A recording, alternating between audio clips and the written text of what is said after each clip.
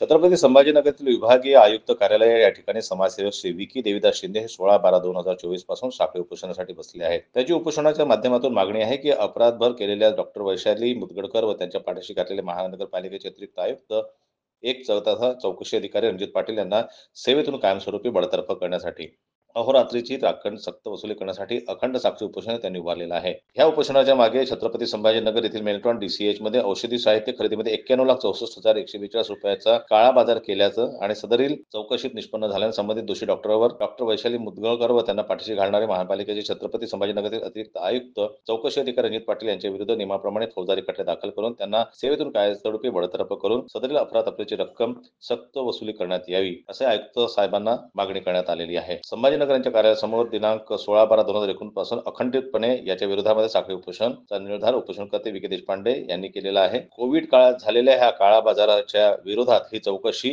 निष्पन्न झालेली असून या दोन अधिकाऱ्यांपर्यंत अजूनपर्यंत कुठलीही शिक्षा किंवा त्यांच्यावर कुठलीही कारवाई झाली नसल्यामुळे त्यांच्यावर कार्यवाही करण्यात यावी यासाठी शासनाकडे मागणी करण्यात आलेली आहे. महानगरपालिकेचे डॉक्टर वैशाली मुदगळकर आणि त्यांच्या पाठीशी घालणारे रणजित पाटील यांची कसून चौकशी करून त्यांच्यावर केलेल्या रकमेची सक्त वसुली करून त्यांना सेवेतून बडतर्फ करण्यात यावे अशी मागणी उपोषणकर्त्यांकडून करण्यात आलेली आहे.